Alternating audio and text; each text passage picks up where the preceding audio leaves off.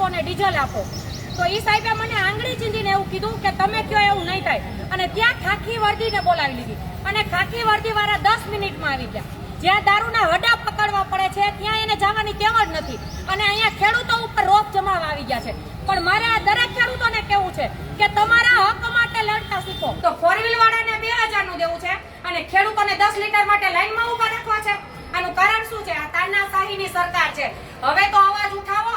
મને એક વિચાર આવે છે કે હું લેડીઝ થઈને એટલી બહાર આવું છું તો તમે તમારા હક માટે કેમ નથી લડતા?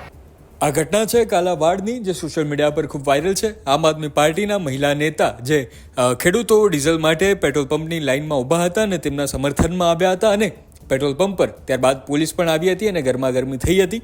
શું છે આખો મામલો તે જોઈએ. આજે હું ઇન્ડિયન ઓઇલ પેટ્રોલ પંપ ઉપર આવી છું.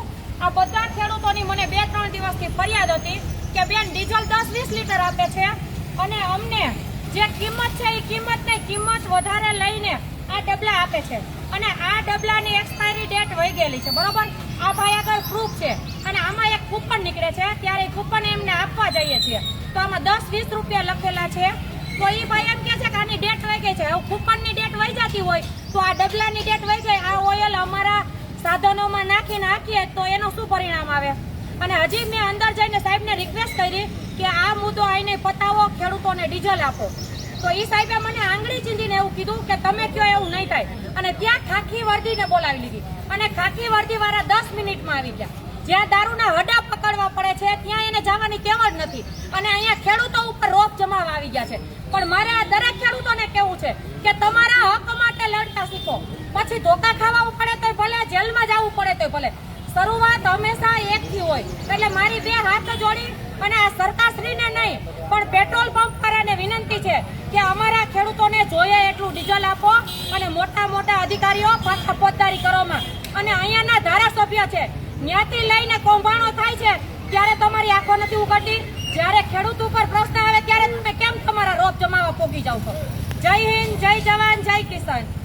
જ્યારે રકઝક વધી હતી ત્યારે પોલીસને બોલાવવામાં આવ્યા અને ત્યારબાદ આ બહેન પોલીસ સામે પણ ઉતરી પડ્યા હતા અને તેમણે પોલીસ સાથે આખા મામલા મુદ્દે શું કહ્યું તે સાંભળીએ. આ લોકો અમને 10 લીટર ડીઝલ આપે છે અને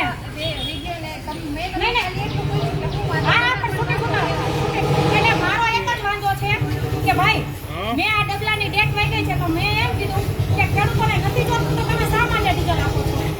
અને આમાં ડેટ વહી ગઈ છે. હવે આમાં એક કૂપન નીકળે છે એની પ્રાઇસ 10 થી 20 રૂપિયા છે. આ ભાઈ અંદર જઈને એમ કીધું કે ભાઈ 20 રૂપિયા પાછા આપો, આમાં લખ્યું છે. તો ઈ કે ડેટ વહી ગઈ તો 20 રૂપિયાની ડેટ વહી ગઈ છે ઈ એને બતાય છે. આ ડબલાની ડેટ વહી ગઈ છે 2024 નું છે ઈ એને નથી દેખાતું. તો અમારા હક માટે આ ખેડૂતો બોલ્યા તો ગાડી બોલાવી એટલે ગાડીવાળા 10 મિનિટ થઈ ત્યાં પહોંચી ગયા. ઈ તો 112 ની ફરજમાં આવે એટલે ગાડીવાળા બેન મારી વાત પૂરી થાય તમે પછી તમને બતાવી જાવ અરજી આપી દેવાની. એટલે આ લોકો પરબારી 10 મિનિટમાં ગાડી લઈને વહી ગયા. હવે તમને આ ખેડૂતોને મંજૂર છે આ ખાખી વર્દી આ કરે ઈ? તો એમ નહીં તો 10 મિનિટમાં ગાડી કેમ આવે છે? હું કોઈ ડખો કરવા નથી આવી, હું મારા હક માટે લડવા આવી છું. તો કાયદેસરનું કરવું છે મારે કાયદેસર કરવું છે. ત્યારબાદ પોલીસ પર જ ગંભીર આરોપ લગાવતા તેમણે એવું પણ કહ્યું અને સવાલ પણ ઉઠાવ્યા કે કેમ ખેડૂતોને જ લાઇનમાં ઊભું રહેવું પડે છે? જે કાર લઈને આવે છે તે લોકોને તો ડીઝલ મળી રહે છે. અને ત્યારબાદ જે મોટા અધિકારી હતા પોલીસના તેમની સાથે પણ તેમણે ઓફિસમાં જઈને જે સવાલ પૂછ્યા તે જોઈએ. સાહેબને આવી રિક્વેસ્ટ કરી કે સાહેબ બહાર આવો. એટલે સાહેબ કે હમણાં આવો એટલે મને કે તમારો અવાજ નીચો રાખો અને મારા ઉપર આંગળી ચીંધી અને એક ફોન કરવાથી અંદર જોવો સાહેબ બેઠેલા છે. આમ જોવો અંદર સાહેબો બેઠેલા છે. આવો. આ સાહેબે મને એમ કીધું તમે ડોકું કરવા કેમ આવ્યા છો? અહીંયા આવો એનું મોડલ બતાવો. હવે આ સાહેબનો અધિકાર છે મને આવું કહેવાનો. હું એક નાગરિક છું. હું ખેડૂતો માટે આવી, મને ખેડૂતની રિક્વેસ્ટ હતી. હું કોઈ પેટ્રોલ પુરાવા ડીઝલ પુરાવા નહોતી, બરોબર? તો સાહેબે ગાડી ઊભી રાખી એટલે મેં પહેલા જઈને કરીને કીધું આ બધાય જોતા હતા. તો સાહેબે મને એમ કીધું કે તમે ડોકું કરવા કેમ આવો છો? અને અત્યારે 20 મિનિટ થઈ, અંદર બેસીને સાંઠગાંઠ ચાલુ છે. પણ આ મુદ્દો કોઈ પણ રીતે રોકાવો ન જોઈએ, કાયદેસરની કાર્યવાહી થવી જોઈએ. મારે સરકારશ્રીને નમ્ર વિનંતી છે, જો કાયદેસર રીતે ચાલશે તો બરોબર, નકર આવનારા સમયમાં મોટું આંદોલન કરવામાં આવશે. અને પછી મને કોઈની બીક નથી, કારણ કે હું એક ખેડૂત છું, મારા હક માટે લડું છું.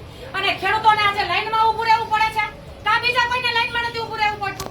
મેં પહેલા આવીને એવું કીધું કે ભાઈ મારે 1000 નું ડીઝલ જોઈએ છે, તો પેટ્રોલ પંપ વાળા ભાઈ એમ કીધું કે શેમાં નાખવું છે? મેં કીધું મારી પાસે ગાડી છે. કે મેં કીધું એટલામાં થઈ જશે? તો કે ના. તો મેં કીધું 2000 નું આપો ને, કે કાંઈ વાંધો નહીં 2000 નું. તો 4 વ્હીલ વાળાને 2000 નું દેવું છે અને ખેડૂતોને 10 લીટર માટે લાઈનમાં ઊભા રાખવા છે. આનું કારણ શું છે? આ તાનાશાહીની સરકાર છે. હવે તો અવાજ ઉઠાવો.